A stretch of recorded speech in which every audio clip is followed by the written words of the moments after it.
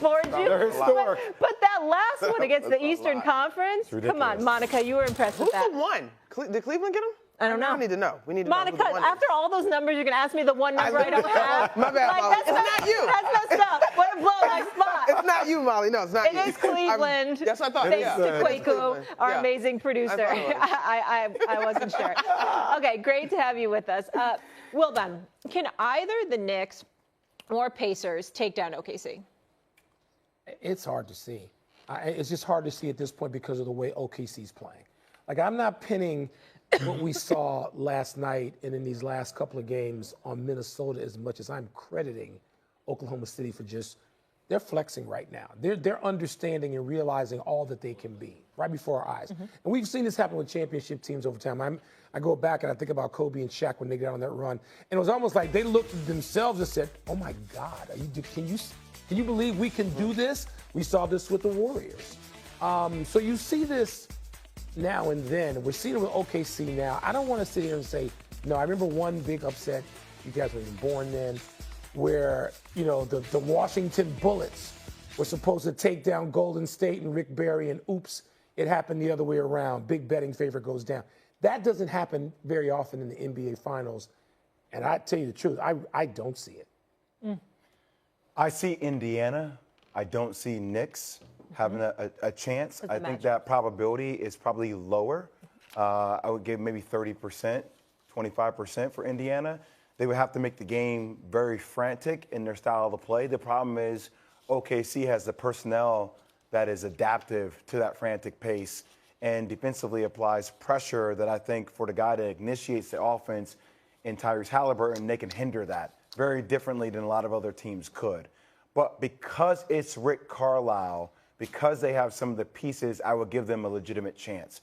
I'm not sure the depth, to me, if the Knicks are able to somehow come back being down 3-1 after having Detroit, Boston, and then this series, I think would be detrimental to them in the NBA Finals for as much of that load would be on Jalen Brunson and Lou Dort, Alex Caruso, the bodies they would throw at him and the style of play they would have. Woo! That would be a whole lot. A whole lot to get through. Tyson Spinks situation. Goodness gracious. I agree. If the Knicks manage to get out of this series, it is going to be taxing. I think they would be spent, and it would not smell good news should they win if they were to run into the Oklahoma City Thunder. But I got to say, y'all, from like just a basketball in general point, the idea of the Pacers Thunder is actually really intriguing. Same. It's exciting. It's exciting as hell. On a number of levels. Now, I will say this, and I was literally talking to my husband last night. I think the Pacers have not gotten their due. But when I actually think about if the topic is defense, because OKC is historic defensively. For the Pacers, agree, disagree, I go Nesmith, Nembhard, Siakam. Then I probably go Mathurin. Before I would go Miles Turner. Now, granted, terrific shot blocker, but if stretch big, Chet Holmgren, similar to Cat, is maybe not as. But after those four defenders, I'm kind of like, okay, now y'all got prolific scorers, but that's sort of where their defender, high-level defender cap runs out to me. And obviously for OKC, you're talking about 8 easy, solid defenders, if not more. So that, to me, the Carlisle call by UJ is actually really, really interesting. But I just think the idea of the depth and the waves they can come at you with the speed versus the depth and the waves that the Thunder come at you defensively is really, really intriguing. Now, the only way to beat a great defense is to not let it get set, right? I mean, so we talk about that adaptability. Correct. And how do you slow down a team? Right? But how do you take pace away from a team? You take quality shots. So there's no long rebounds. Like, you make them defend. And by the way, thank God for SGA. I just want to say that. It's like, welcome back to the mid-range game in basketball. Somebody who has mastered it. You talk about slowing down the pace of a game and getting into operational zones and taking high-efficient shots. That's what OKC does. Yeah. By the way, one of the ways in which you see teams upset is that they become full of themselves either overnight or all of a sudden they get too presumptuous. There's no hint of that with OKC. We saw that at times, or sometimes they just overrate themselves, or we do.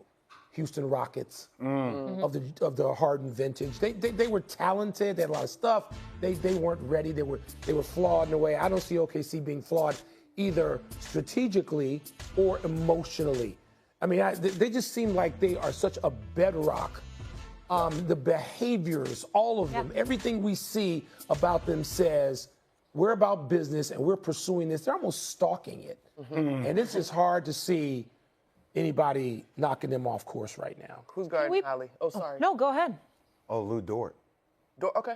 Okay, yeah. Oh, Lou Dort. Yeah. Okay. But then they can still pass them off. I know. I think Like they I can think still, of you Jordan still against got bigger players. You still got Caruso. You still got. I mean, they got so many guys. You got Case and Wallace, who people don't even know yet. Case and Wallace, exactly. Who is going to be an all-league defender as soon as somebody leaves that team and he gets promoted, or he leaves and goes somewhere else, and he's the guy defensively. You know what the problem is with OKC? Because of the way SGA plays, and he creates so much offense as well. And it's something that I don't feel like Indiana has, because it would be beneficial in how they play, or New York has, is they have such a depth of guys. Like, yo, your job, him tonight. Him. Like, I don't need you to worry about shooting shots from the outside. Like, that's what we talk about the Knicks, right? Against Hallie. It's like, well, we're going to put Mikal Bridges on him, but then we need Mikal later in the game to give us offensive production. Are we going to put, Landry Fields, Landry Shamet? Landry Fields. Landry Shamet on him, but then somewhat you have a little bit of a liability if he's off the ball offensively, he can shoot.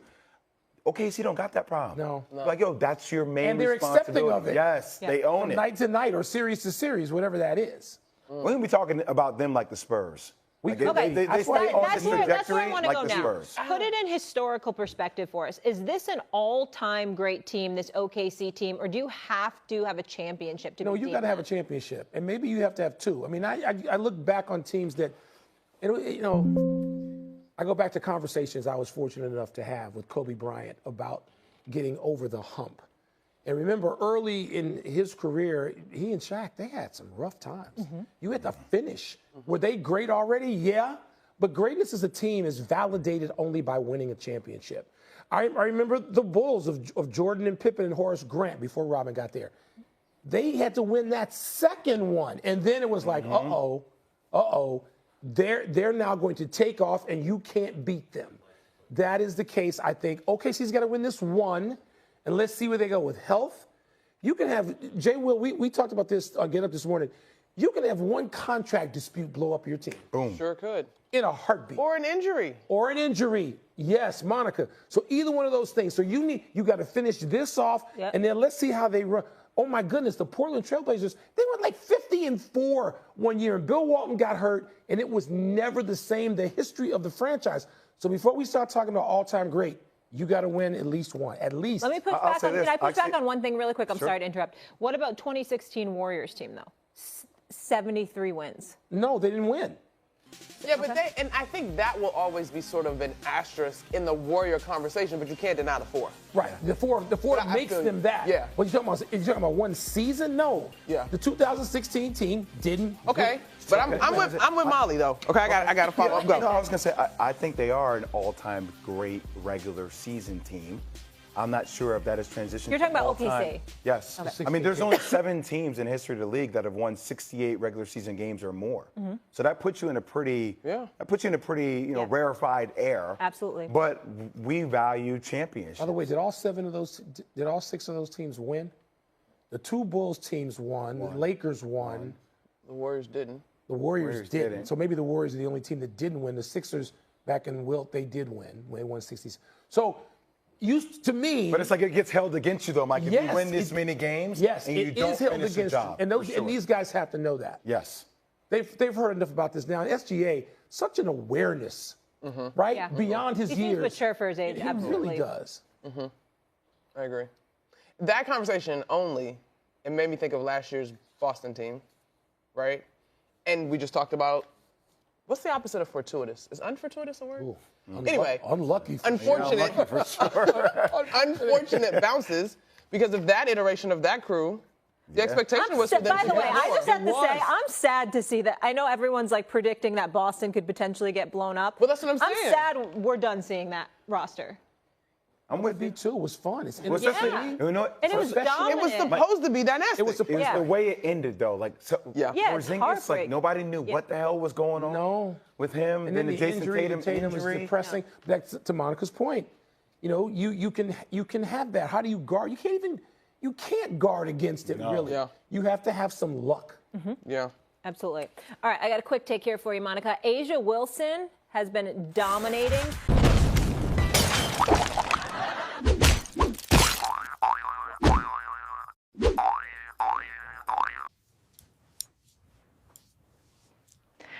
Want to turn your knitting into a business? I'll show you how. Thanks for watching. You're tuned into the ES3N network. We appreciate you spending your time with us. If you enjoyed this content, don't forget to like, subscribe, and hit that bell so you never miss a drop.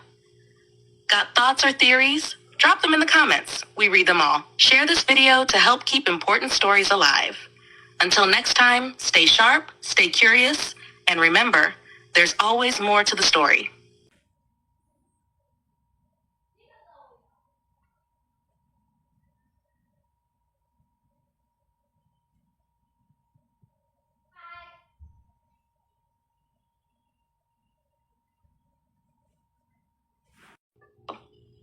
Thanks for watching. If you enjoyed this content, don't forget to like and subscribe for more. But stay tuned. Coming up next, I'll be adding even more value by showing you exactly how to get started with your knitting journey.